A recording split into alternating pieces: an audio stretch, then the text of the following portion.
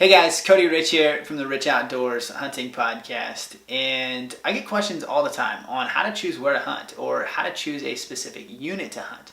So I want to make a quick video and show you guys exactly how I use GoHunt's Insider platform to find those hidden gem units, those over-the-counter type tags, or at least easy to draw type hunts that have that sleeper unit potential to hold some really good bucks or bulls. Now, a lot of guys will talk big picture stuff, but they won't dive into specific units.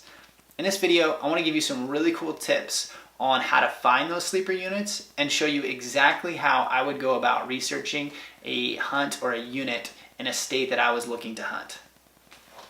Alrighty, when it comes to hunting research, there's a ton of information out there.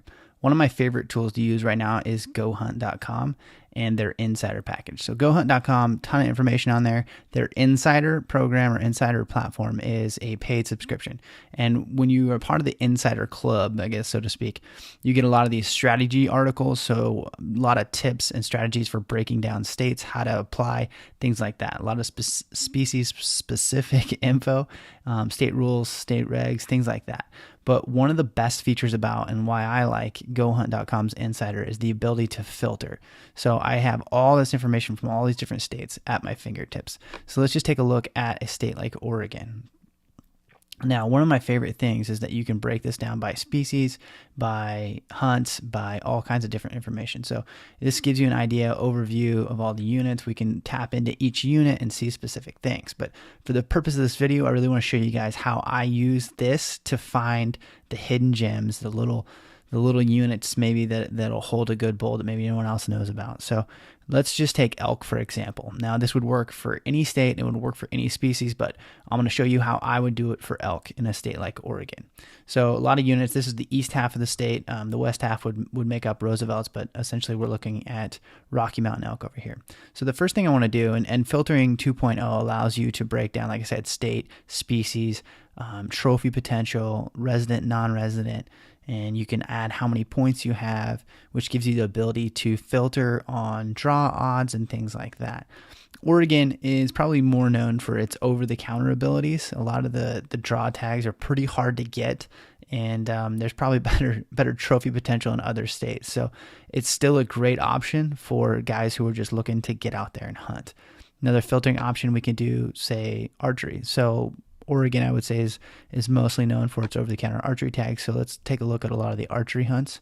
And we can also sort by harvest success. So we can actually move that to figure out, hey, if we want more opportunity style hunts or more trophy potential. So the first thing I want to do when I look at a state is I look at trophy potential, because I want to know where the states are, where the areas are in the state that hold the biggest bulls. So I'm going to slide this up until I get, a low number and kind of get an idea of where the top units are. So these are the big time units. These are the ones that, as you can see, are pretty tough to draw, and going to take you a few years to draw them, but that means they have really good, 350 plus bull potential in them, and these are really good units.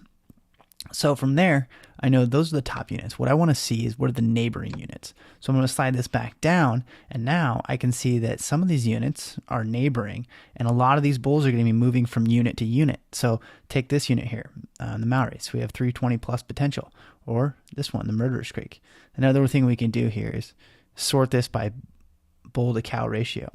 And so what we can do is see that this right here, 320 plus bulls on an over-the-counter hunt. Really good, actually decent bull to cow ratios, and 21% 6-point plus. Now, harvest success is a little bit low, so that kind of concerns me, but that's not terrible. It definitely has the potential to have a big bull in there, and there's probably more analytics we could dive into to see, what the potential is for that unit. But as we scroll down, we can see a lot of these units. Another way we can do this is say, I only want to see hunts that are over the counter. So now we're going to pull out the archery controlled hunts, which is going to show us now that these are all the over the counter hunts. And from here, we can see there's hunts like the Minum unit, another 320 plus unit, pretty decent cow to calf or cow to bull to cow ratio, really good on the 6 points, and 21% success rate. So that's a really good option. And when you tap into a unit like the Minum unit, once you get into here, this is going to give you a big picture overview. So now we can see some of what the terrain looks like. We can see how much public land versus private land. And one of the things you're going to notice is this mining unit is mainly made up of the Eagle Cap Wilderness, which is going to be really rugged, steep terrain. So if that's the type of hunt you're looking for, then this could be a good option. It just depends on what kind of experience you're looking for. If you're looking for super backcountry, steep terrain, this could be a really great hunt and pretty good success rate. And we can see that trending. It's pretty consistently staying the same, if not raising. So that's good to see. Another thing we can do, let's go back out here for a second.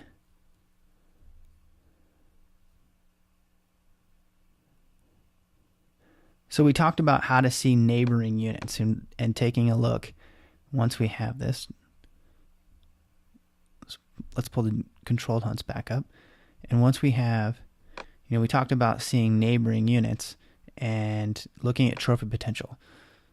So within that trophy potential, those are our prime units. Those are our coveted tags. And then once we drop that down, we can see these neighboring units that may hold good bulls. We can also do that on a much bigger scale. So if we look at the entire state again, and we go back, and now we can look at neighboring states and figure out which units are the top units that may have bull crossover from state to state. So if we swap over to the Idaho page here, we see Unit 40, 350 inch plus bull potential. This is a very coveted tag, one of their top units. So we know that there could be some crossover. The one thing I like to look at is season dates. So you'll see that a lot of these season dates are pretty much all of October. And that's going to be the time where you see pressure starting to push bulls over state line, if that's going to happen. And this unit right here only has 10 tags. So there's going to be a lot of bulls that, as that herd grows, those bulls are going to get pushed out of the herd. So you're going to see bigger bulls starting to leave as they aren't able to have a herd. Where if they move over to the Oregon side, maybe they can have cows over there. So I like to look for that crossover between states. So with this being the crossover, I like to look at a state like this right here, where it's right on the border, and it's showing only 270 plus potential, but I really like to dive into the numbers because, this is a 2% success rate. That's pretty low. One thing we can do is add some different hunts. Let's just take the muzzleloader, for example. And now we see that this has the, a little bit better harvest success on their muzzleloader hunt. So let's take a look at that one. So from here, one thing you want to notice, this mule deer, really good mule deer hunt actually. So one thing you could do, and we look at the numbers down here, is that this is general season archery. This is the elk hunt. And we only had a 2% success. But if we look why that is, if we look, only 40 hunters surveyed. So that could have a little bit to do with it. Those are pretty low numbers to pull averages from. Still pretty low success. It could have just been a hunters that, maybe the tags just didn't go to great hunters, and so you had a lot of unsuccessful hunters. The one I'm curious about, though, is this muzzleloader hunt, because that's a 1-point hunt. It's 26% success rate, and the neighboring unit has some really good bulls in it. Here we look at the rifle hunt. Still 30% success and only going to take 2 points. So that could be a really, really good hidden gem right there. And if it was me and I didn't want to just go and kind of burn my points on it, we can look at this unit as a mule deer unit, because a lot of these mule deer hunts, we can go in general season archery right here. We can go basically scout this unit for an entire month and really see if there's any good bulls hanging out or not. 26% success rate. That's pretty good on an archery over-the-counter mule deer hunt for a 180 plus potential. So this could be a good option for a scout hunt. And here we have the rifle tag. Looks like the rifle tag is going to take a few points to draw, but really good success rate and probably some good bucks in there. So that could be a good option to get out there, scout the unit out, see if there's any good bulls in there, and then the next year find that muzzleloader tag and get in there.